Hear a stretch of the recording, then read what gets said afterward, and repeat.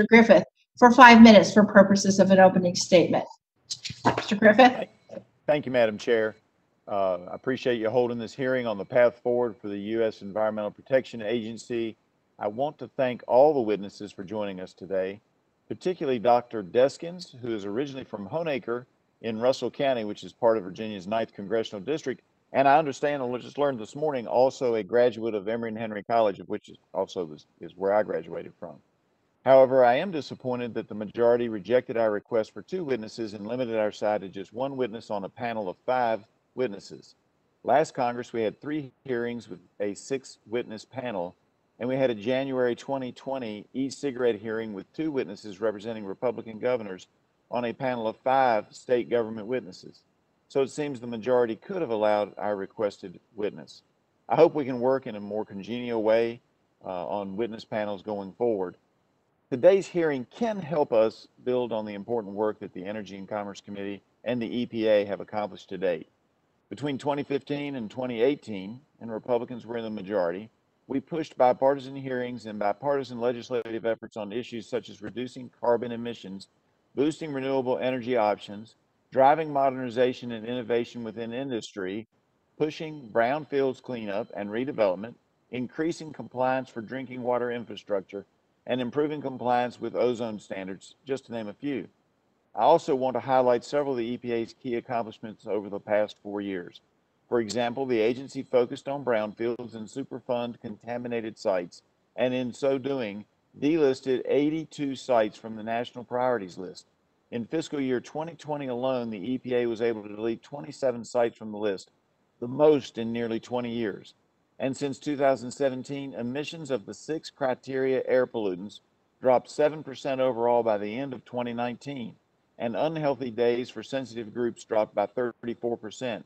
The EPA took steps to champion recycling and combat marine debris. The EPA invested in America's clean water and drinking water infrastructure, updated the lead and copper rule, provided a comprehensive approach for reducing lead in drinking water, and implemented the Affordable Clean Energy Rule, which will reduce emissions from coal-fired power plants. These are just a few examples of the accomplishments achieved by the federal government over the past 4 years to help further the mission of the agency. With this foundation, we should examine broad questions on the EPA's future. What should be the mission of the EPA?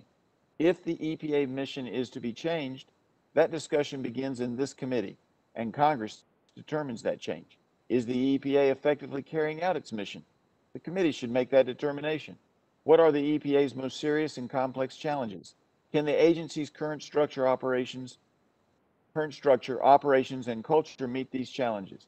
When making such determinations and inquiries, we would of course want to hear from former EPA administrators and former senior EPA officials. But the success of EPA's actions do not depend just on agency employees, but on compliance by the regulated sector and the confidence of the public. EPA regulators should treat most regulated parties as partners in improving the environment. As a former EPA administrator, William Riley, stated, quote, respect for those most affected and inconvenienced by EPA rules and regulations is critical to winning the country's trust in the EPA. However, in winning public confidence, it is essential that EPA regulators have a realistic and fact-based understanding of the extent that our nation's power-based load is still reliant on fossil fuels. The real-world impact of EPA's regulatory decisions should be understood. Section 321 of the Clean Air Act calls for the EPA to evaluate the cumulative employment impacts of Clean Air Act regulations. It is critical that fossil fuel workers and their communities are included in these evaluations. The EPA, while striving to fulfill its mission, should pay close attention to all aspects of public health, including mental health, because stripping away the generational livelihood from thousands of Americans kills people. It kills families, and it kills communities. Protecting the environment and promoting an innovative economy are not mutually exclusive ideals. It doesn't have to be a clean environment or jobs. It can be both. I hope today's discussion is a step for us to find common ground and ways to ensure that the EPA does not ignore impacts on working men and women. I look forward to our discussion today and to learn more about how the EPA can perform more efficiently, effectively, and meet the challenges ahead. Thank you, Madam Chair, and I yield back. I thank the gentleman. The chair now